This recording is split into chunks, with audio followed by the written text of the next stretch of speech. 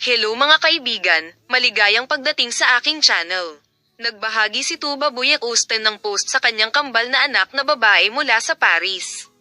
Sa wakas, si Tuba Buyak Usten, na nag-star sa 2 season ng TV series na Olive Tree, ay nagbahagi ng larawan kasama ang kanyang mga anak na babae mula sa mga lansangan ng Paris. Ang sikat na aktres na si Tuba Buyak Usten, na kilala sa mga produksyon gaya ng Black Money, Love, Heart at iba pa, at Olive Avci, ay lumipat mula sa Turkey mga 2 taon na ang nakakaraan. Si Tuba Buyak Usten, na nakatira sa Paris kasama ang kanyang kambal na anak na babae na sina Toprak at Maya, ay nauna sa mga post na ginawa niya sa kanyang social media account. Ang video na ibinahagi ni Tuba Buyak Usten sa kanyang mga anak na sina Maya at Toprak ay nakakuha ng malaking atensyon mula sa kanyang mga tagasunod. Ang aktres, na ikinasal kay Honor Selak sa Paris noong 2011, ay tinanggap ang kanyang kambal na anak na sina Toprak at Maya noong 2012.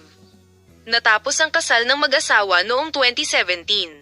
Si Tuba Buyak Usten, na matagal nang nasasangkot sa mga digital na proyekto at malayo sa mga screen ng telebisyon, ay walang anumang mga proyekto para sa telebisyon sa ngayon. Hindi mo alam, pero mukhang nasa Paris tayo sa susunod na taon. Mahirap daw ako dito kapag nandoon ang mga bata.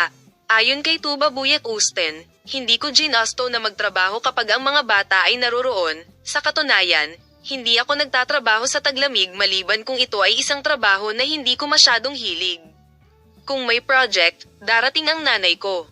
Ang mga batang babae ay nananatili sa kanilang lola, patuloy niya. Salamat sa panonood ng aking video, ibabahagi namin sa iyo ang mga detalye tungkol sa paksa.